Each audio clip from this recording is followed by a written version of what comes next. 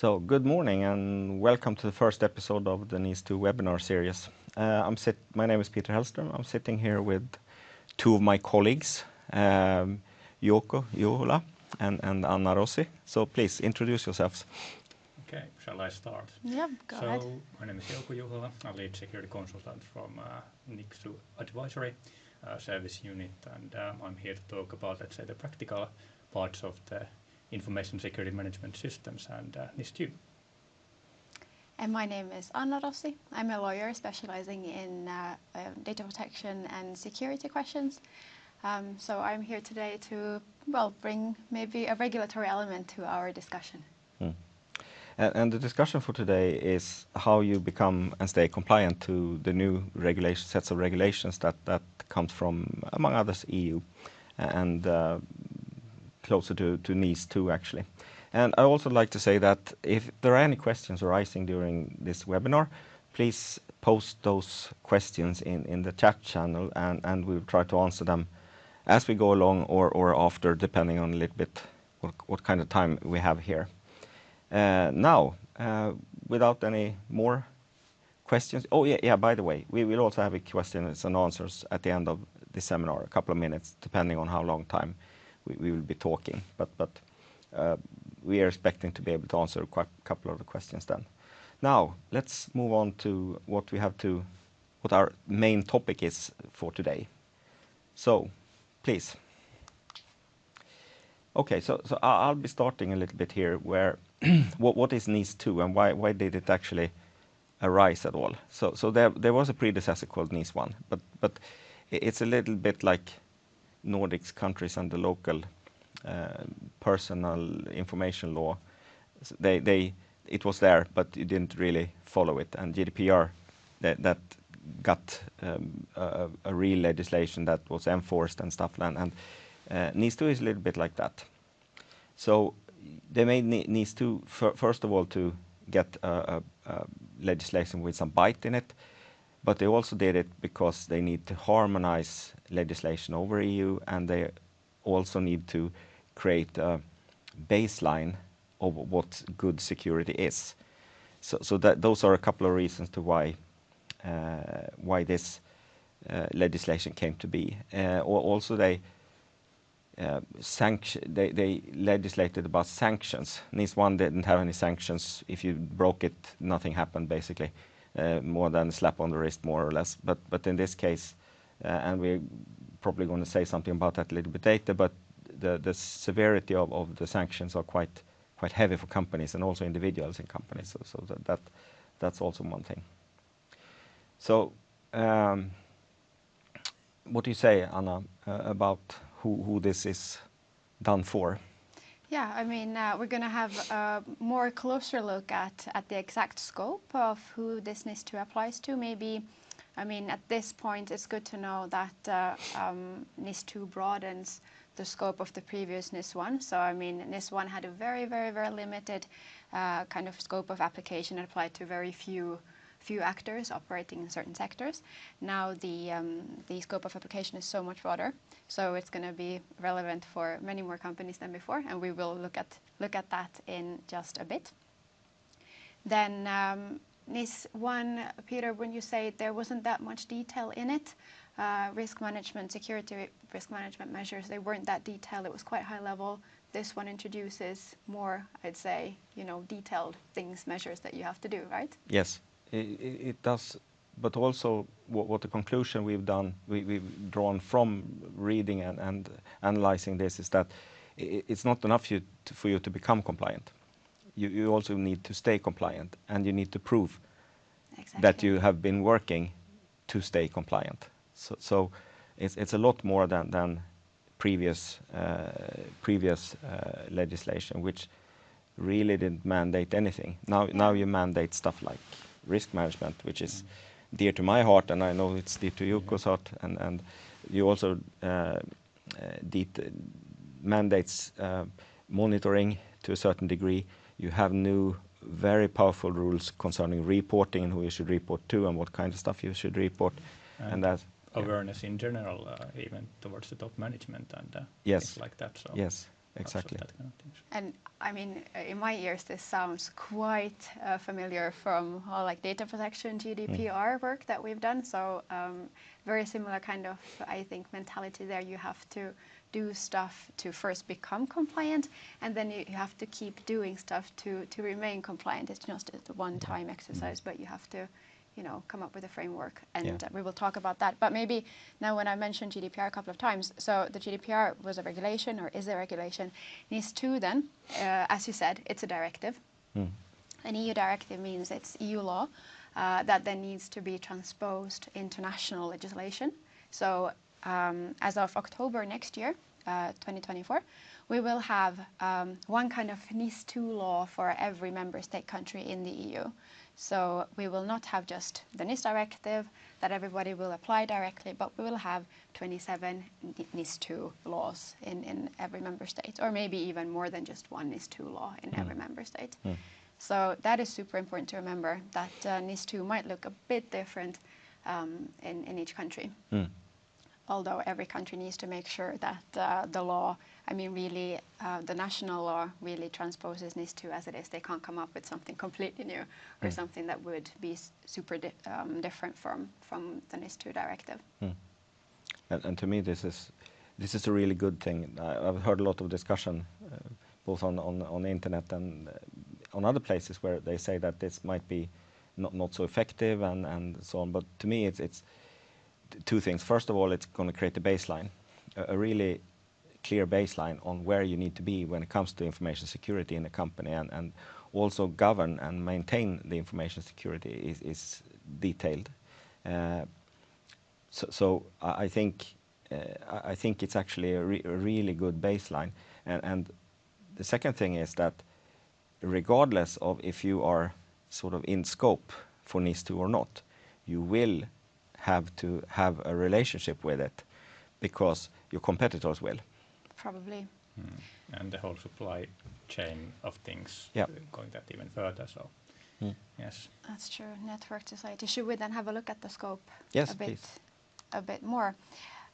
So here on this slide, we have put some, or maybe some of the most important bullet points regarding who NIS2 applies to and I mean what the scope is. So we're going to go with, I think, the more simple things, or like main rules. So first of all, NIS2 will apply to, this is the main rule, medium-sized companies operating in certain sectors. So that's like the main rule. You will, first of all, you will have to be at least medium-sized or bigger and operate in one of the sectors that are listed in the annex of NIS2. And these sectors, I mean, it's a very, very long list. There are two annexes there listing these sectors. They are either high criticality sectors. Do you want to mention some examples of high criticality sectors?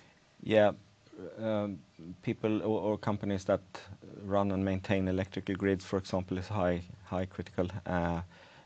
Energy producers, healthcare, and even actually garbage companies that handles garbage and sewers and stuff are also considered high criticality to some extent. There's a lot of new businesses that are considered critical. Communication companies that do digital communication, platform owners are considered critical. So and all of those are quite new. But also we had discussion earlier today about government bodies and municipalities, and they are actually in this by default. Central government, and then it's called like area type of government. I don't know the proper word for it in English, but some type of I mean, public sector companies are. And then then there are these sectors that are known as other critical sectors, and that includes, for example, food. Companies, operating in the food sector, and then different type of manufacturing. I think it's quite a long list. Yeah, very long list. I think one of the things after this webinar is to go to check that list and make sure that if you are on board there. So, but I think the whole scoping thing, I think I don't know. It's something that could be made a little bit easier. So it might be also a difficult thing for the companies to identify that are they essential or important, and what is this critical thing. And hopefully there will be answers for that coming up. Yeah, for sure. So you already mentioned this, there are essential and important entities. So I mean, if you are a medium-sized company operating in one of these sectors that are covered in these annexes listed to the directive, then you will be in scope of NIS2. This was the main rule. There are exceptions to this main rule as well. But then you will be either classified as essential or important. And essential entities, they are entities that will be subject to ex-ante enforcement, proactive enforcement before something goes wrong. So that could mean that the authority overlooking NIS2, supervising NIS2, might come and audit you, do other types of reviews if you're essential. So you need to be prepared for somebody, or not somebody, the authority coming to knock on your door. But then if you're important, you don't have to expect this type of enforcement, but it will be only enforcement after something bad has happened, right? Or there are indications that things might not be there. Exactly, exactly. This does not mean that you don't need to prepare for this at all. It still means that you need to have a strategy in place, and you need to prepare for NIS2, and you need to make sure that everything is running as it should. But if you're an essential entity, you will be subject to proactive enforcement, ex-ante enforcement. If important, then it will be kind of post, or like after something has happened, or if there is an indication of something having gone bad. And if something goes wrong, actually the government can point at you and say you are critical.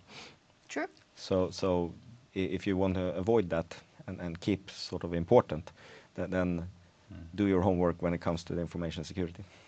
Yeah. Anything else we want to say about whom NIS2 applies to, or do we want to look at some of the key requirements? I think making sure that everybody reviews the lists and make sure that in what industry does everybody operate, and check that am I now included or not. Could also mention that for a normal company, this will be a matter of a self-assessment. So you can do the assessment what category you're in yourself.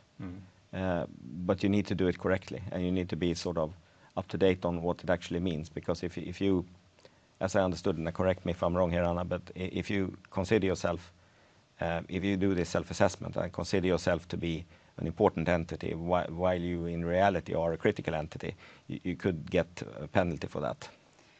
Maybe. We'll see. How they will frame it in the national legislation. So there is still, I mean, a lot of stuff that will be kind of or detailed in the national laws that will transpose NIS2. But I mean, maybe. Yeah. Okay. I mean, you mentioned some of the key requirements already when we discussed about what NIS2 is in general. Here you can see a table listing some of the key requirements coming from NIS2. And Jouko, already you mentioned management commitment or awareness that you already mentioned. So that's a huge focus on management commitment and governance in NIS2. Something you want to say about management awareness or governance in general, or? Yeah, absolutely. One of the foundations, when you look at structured way of working with information security in general, one of the foundations is that the management knows what's going on, so they can make informed decision. And if you look at the list here, you have stuff like risk management, you have business continuity, and you have crisis management, which is actually also mentioned in the directive today. All of these things concerns the management of a company and also the board deeply. So you need to be aware of what's happening in the company, and many of these things like risk management, monitoring, stuff like that, is intended to enable this awareness with management. So I think a lot of this, when you look at it from that perspective, makes sense. And the list, you can make detailed list if you want, but this is, so to say, let's say some high level things that under which there are many elements, probably, or not even probably, but there are many elements behind behind those things. And in the own article, even explained when it comes to the risk management, methods that what to address on the minimum level. Exactly. One thing that's really interesting in this list is the last one, supply chain management. You got to keep track of what your suppliers are doing, and you got to keep track of their security. And this means two things. First of all, it's quite a chore to do that when you are a company that has lots of suppliers. I was at a company working at a company once. We had about 2,500 compliance only on machines that made their products in the factory. So that's one part of supply chain. The other part is that it will, as I said earlier, affect also companies that supply goods and services to other companies that are in scope. Yeah. You're not going to be unaffected, because if you want to continue make business with this company, you must adhere to the rules that they set up to be compliant to NIS2. And this is also an important thing. So even if you're not directly sort of in scope for NIS2, you will be affected by it. And as we said before, figuring out a way to do this systematically will definitely help you, first of all, getting compliant, but most of all, staying compliant. Yeah, yeah. And there is, one part, of course, which is the easy part to make the information security requirements, but, one should be a little bit more and trying to, make it a little bit better. So these governance structures, or even, using, something to make sure that the suppliers do stay compliant for the requirements that you have set. So it's maybe a whole new world in that sense, also the whole supplier management. Exactly. Yeah, it is. And then I think it's super important also to, remember your overall framework for supply chain or vendor management. Because companies have so many different requirements for their vendors, for their suppliers. So now is a perfect, super good time to integrate these security requirements into that framework that you might already have in place. Or if you don't have a framework in place for managing your suppliers, maybe NIS2 together with GDPR, which you should have done already many years ago, to come up with the framework that works for you for making sure that security is taken seriously in your supply chain. And now we are kind of like discussing about the supply chain, but I think that's a very critical and interesting area. I think it was in the directive also that EU is doing also own supply chain kind of like audits or checking from their behalf that if some of their, let's say, critical supply chains are they covered. And I don't know what that means in practice, but it could be that companies could be so to say assigned into this kind of a auditing flow, and what that means. For sure. They are doing something similar for DORA, which is not a regulation that we're going to talk about today, but it's kind of NIS2 for the financial sector, and there is something super similar. Making sure that the kind of supply chain that important companies use or regulated companies use are okay, and that companies are doing the right things. Yep. Okay, shall we move on? Yeah. Okay, so I think we'll then move on that how to manage this thing. So go ahead. Tell us a bit about, you're the expert on this field, Yeah, so tell us a bit about ISMS and Thank you. So I think many questions somehow come that how do I manage this whole let's say field of legislations and requirements and whatnot, and I think the best way to, so to say, tackle or answer to that concern is some kind of a system, and there is an information security management system for the purpose, and mainly I'm talking about the ISO 27001 based information security management system, or ISMS as short as it is usually shortened. But yeah, what it tries to do, it tries to always be compliant on the requirements that come either internally or externally. And basically, it is a set of policies, principles, things that keep on track onto the things that what is happening around you, and tries to make sure that those things are then somehow reacted upon, and those measures are then taken. But when we talk about a system, it's not an application or anything like that. So it is more of a process-oriented way of doing things. And well, one way of kind of like thinking about it is that, okay, you have the information security policy, which already shows a little bit of that management commitment side of things that come even from the NIS2. And of course, then you go a little bit lower, you go for the practicalities there, and you have a set of instructions and whatnot. And then maybe on the lower level, you then have the controls that many of the, let's say, try to tackle that risk that NIS2 also incorporates or wants us to, so to say, respond to. Something you would like to add to that? Yeah, I mean, the big issue is that when all of these legislations come to life, and we saw that with GDPR, there was panic. So a few months before the deadline, people or companies realized that this is actually for real. So let's do something. And this is harder. GDPR is one area, but this is actually harder to achieve when you look at it. And having an ISMS in place, having a standard based like ISO 27000 or even NIST, or it could be another rule set as well. I mean, this will not only help you get through this NIS2 or DORA or whatever legislation. When NIS3 comes or your local legislation comes, it will help you to get through that as well, much quicker and with much less pain than if you don't have anything in place. So from sort of a corporate perspective, this is an investment, and you have to do it anyway to become compliant. So if you invest in going from the bottom up with only addressing the needs in the directive, you can do that, but that will cost you dearly moving forward.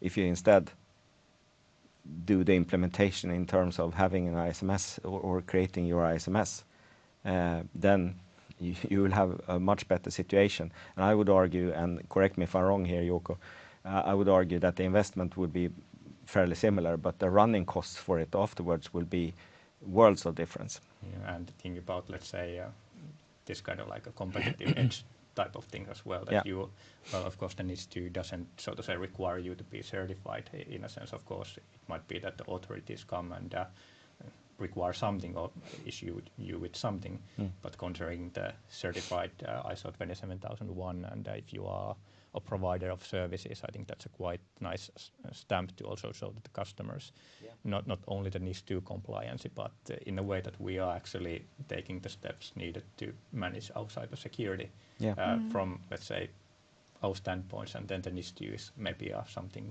on top of it, sugar on top. Yeah, I mean, this is something that we've talked with many clients about, exactly this, that I mean, if you have this stamp, I mean, you will get a competitive advantage.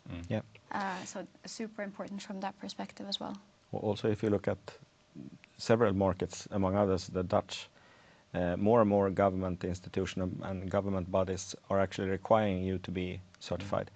And if you do business with large corporations and you are certified according to ISO 27000, you have a tick in the box on the 600-row Excel sheet they send you, where you have to tell them exactly how you manage your security. And if you tick that box, all the questions goes away, and you can just move on and do business. So, yeah. So maybe we'll move on also a little bit to looking this more from the NIS2 perspective, and you can see on the slides as well the, let's say, this kind of high-level statements that where these things belong to, and also the similar kind of a table that, or the same table what we looked couple slides back. And yes, these are either internal or external requirements that the NIS2 now provides or imposes in a way. And yes, to these, the elements of the ISO 27001 ISMS, they do respond into these kind of needs there.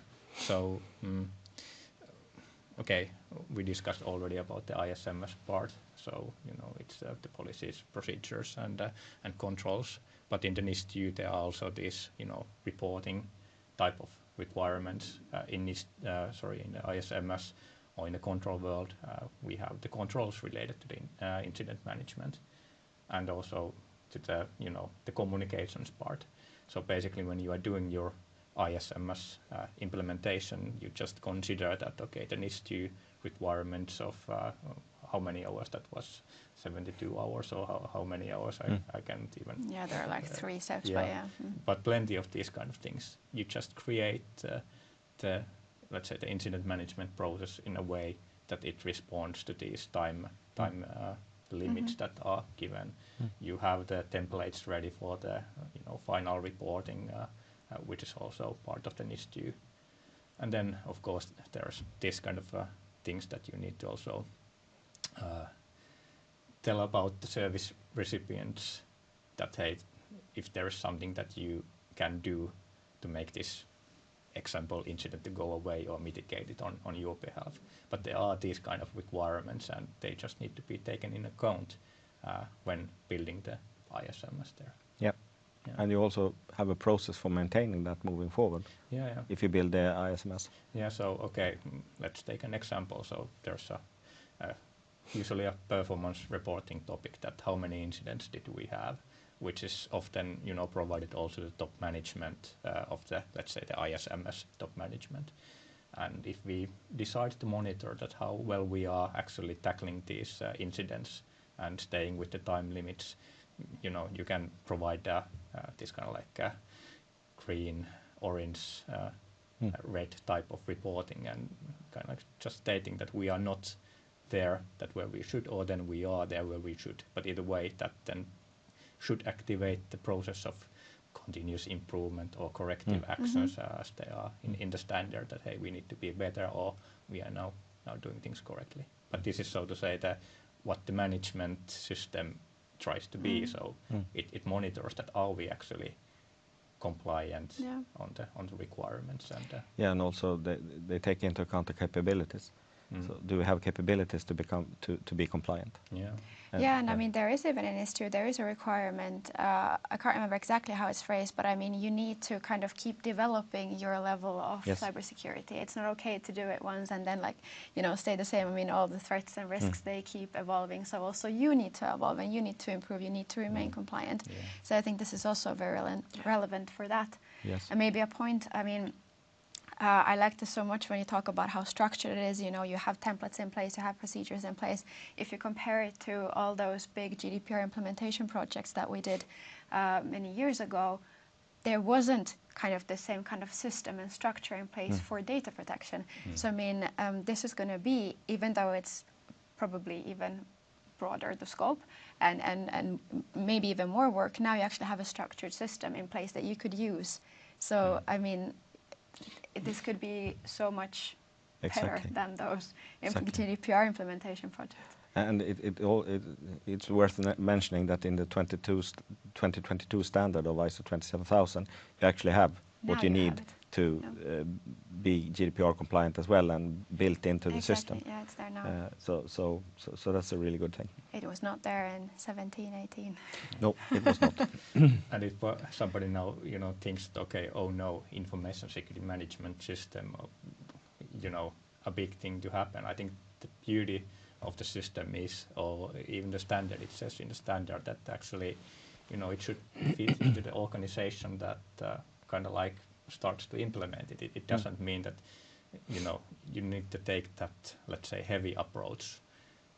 You can think about what is, so to say, relevant for us in a sense. Of course, there are always the requirements of the ISO standard when building this, but you can, so to say, make the best out of it. Yep. So it doesn't need to be, necessarily that, let's say, heavy. If it works and it produces the value for the company, and most likely the authorities hopefully will also see that in the same way that they are proportionate on the risk landscape. Exactly, and what it does, two things. The stuff that are sort of mandatory within the standard is mostly actually to uphold the standard itself, uphold the system itself.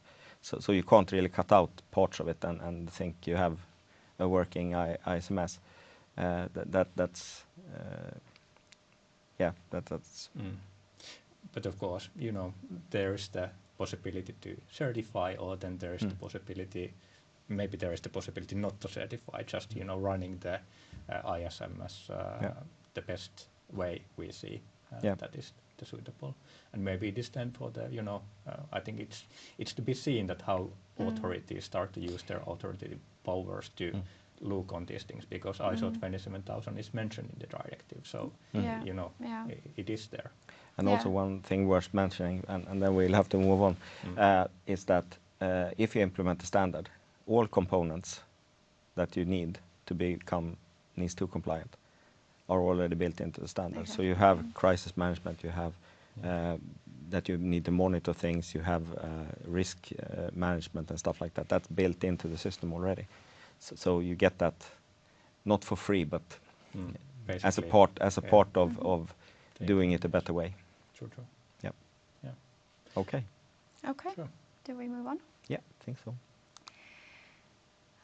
This is our final theme. We touched upon it already in the very beginning. I mean, governance and management responsibility. But I think we wanted to have it here in the final slide as well, because it's so important to have management involved and to have a proper governance framework in place. Maybe before we go into some of the bullet points that you can see on our slide, super important to remember whom do you need internally to make cybersecurity, work and function. This is not just, on the IT department or the CISO's role, but you need so many internal stakeholders. You need to have legal, you need to have compliance, you need to have business, you need to have sourcing. Everyone, yeah. Everyone, and everybody needs to know what are their responsibilities and how do we cooperate. So kind of making sure that you identify your internal stakeholders and how you manage this network of stakeholders, internal stakeholders. I think that is very, very important. Yes, it from a is. Governance perspective. It is, and also built into the system. Yeah. If you talk about the ISO built into the system, so into the future of the system is that you when you start out the first implementation of an ISMS, usually a separate kind of thing to do things according to the standard, and you do it in a separate way. But after a year or so, the idea is that you develop it by pushing these processes that are separate right now, like risk management for information security, for example, one thing like that, or the management report that you send. It's not for security alone anymore. So you push these processes into the normal business processes that you have. So when management get reporting, part of that is security, of course, gathered by maybe the CISO or someone like that. But it is a part of the normal reporting and not a separate reporting event that you create for this. And also risk management. Once you do risk management within a company, you figure out that how should I compare these risks for information security with the risks that are throughout the company for other, like supply chain risk, brand name risk, stuff like that? How do I compare them? And this is a bit foundation for making sound investments, really. So how do you compare them? And once you start thinking about that, it doesn't make sense to keep it separate. It makes sense to do it in the same way as you do it for the rest of the company, for the rest of the risk management that you have, and companies have risk management, definitely. Yeah. And often it is seen that when we look at, let's say, the risk heat maps and from collected heat maps from risks, and then there's this one little, let's say, round object there which states cybersecurity as a one thing. Yeah. So, maybe it could be a little bit more detailed, or have an own landscape for that purpose. So, overly simplifying the risk management might give you also a false kind of a sensation even. So, at least there should be a readiness to explain that what does this cybersecurity mean alongside all the other risks that might be on the heat map. Definitely, and I think this is something that NIS2 really tries to, or pushes for. I mean, NIS2 talks a lot about, it's about resilience. It's about having like a resilient company, a resilient business, and that really requires what you just said. And I mean, everything that you said also about integrating cybersecurity into risk management as a whole. Yeah. Otherwise, I mean, you don't have a resilient company, really. I think we touched upon most of the bullet points here in the beginning. Yeah. Do you want to say anything about management responsibility? Still something that we didn't mention in the very beginning? Yeah, as we sort of we touched on it very briefly that that NIS2 also imposes sanctions on companies and on individuals in companies. So basically there can be a corporate fine, and I think it's 2% of the yearly revenue. Yeah, it's like I think it says one of them is 2, and then every member state can say then in their national law what the final figure will be. Yeah, okay. So it's a position. So yeah, but I think the directive says at its point 2. Yep. But that's quite a lot of money for a company that's international and global. But what's more interesting and what I think personally would be the catalyst to get this done is that management can be personally held responsible for not complying to NIS2 if they are both a critical and an important entity, which means that CEO can go behind bars if if he's not informed and screws up. So can board members. So this I think will be the part that really get things started, get the work started. Yeah, this is something. Well, we wrote a blog post on this, I think, about half a year ago. But yeah, so I mean, very, very important to understand management, top management level responsibility. And again, we will see what what is going to be stated in national laws, because we require a lot of national law to regulate this kind of stuff that you said.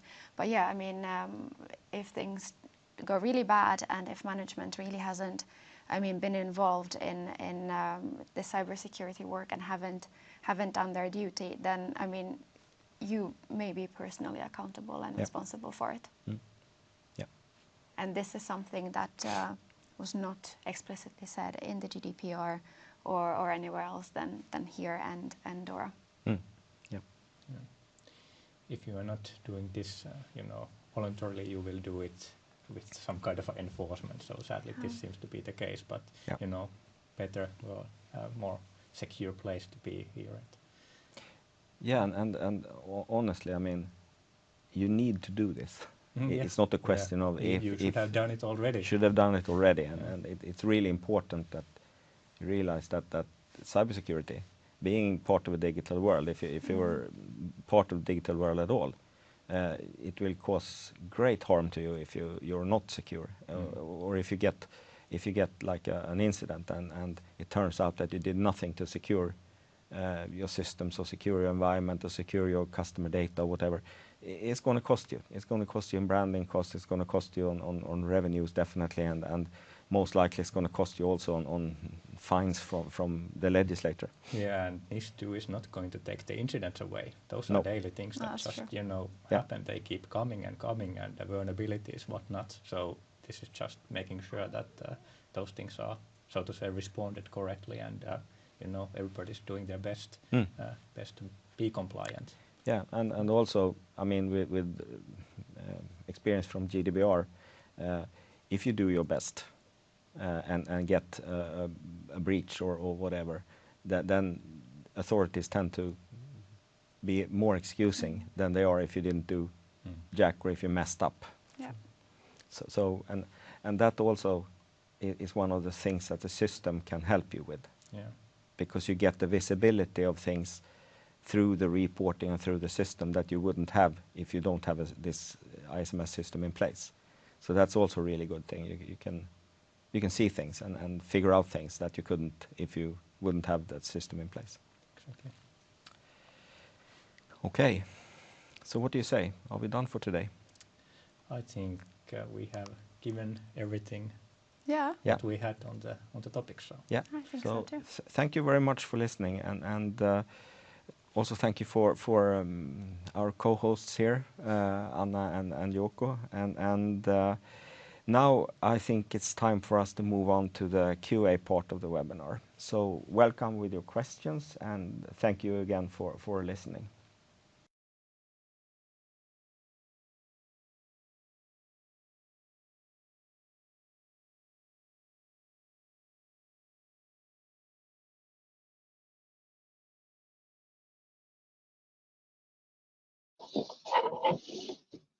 Hello. So it's time for answering some questions, and we have a few questions in the chat already, and I'll start by reading them and then see who is best suited to answer the question. So the first question is on the ISMS topic. If you work according to ISO 27001 for a particular service that is affected by NIS2, what do you need to add to be compliant against NIS2, and what can you initially down prioritize, if anything? Okay, so I suppose that's something that I could take, and I don't know what kind of ISMS implementation you are running there, so that's maybe the first thing, which why I'm not probably able to answer to that question directly or fully. But I would still take a look at the directive or the, let's say, the proposal for the local legislation and have a look on the article, I think 21, it was those risk management related things that does our ISMS implementation, does the risk landscape take in account those kind of things, and do we actually approach the thing from this all hazards approach? So I would say that that would be the the main thing to do, and ensure that those a little bit more detailed requirements when it comes, for example, to those incident reportings, that they are aligned that what the local legislation will be saying to you. So I think that's so to say the hints to look forward, what to take a look on. And when it comes for down prioritizing, unfortunately, I'm not able to down prioritize the law. So I think that's your risk management then, that what you want to do with that one. But we have a law, or we are going to have a law around these things, and try to make the best out of it, not only from the NIS2 perspective, but the whole company perspective. Maybe if I can add like a very few comments, I fully agree with everything, Jouko, that you just said. So really, I mean, we really recommend doing a gap assessment against the NIS2 requirements, your local law requirements. And then as to the down prioritization part, I mean, really focus on where your biggest risks are, put your effort there first, and then address the lower risks later. This is, yeah, normal prioritization. Yeah, we could also mention perhaps that by having ISO 27000 like ISMS, you have the tools you need to be able to handle these kind of changes in legislation much easier than if you don't have them. Then you have to start from scratch, and now you have mechanisms and system in place to actually handle them. So something to think about as well. And we at NIS2 do have also a tool for this type of, let's say, NIS2 readiness check available. So, you can also reach to us as well. Okay, so let's move on to the next question. If a company already have ISO 27001, what things need to build for NIS2, and how well ISO 27001 covers it? I think that was pretty much also the response to the previous question. So it really depends on the level of implementation that what you have right now on the ISMS. And this is an external requirement, it's a legal requirement that is now being imposed to your ISMS, and you need to evaluate that. There is standard says that you have this control there, that you need to understand that, okay, what are those requirements that affect the ISMS. And here we have the incident management is a good example. If you consider that your supply chain management is not there where it should, this is now the moment to make sure that you will take the necessary actions there on the supply management side. So it is all in a directive, and it will all be very visible also in a local legislations.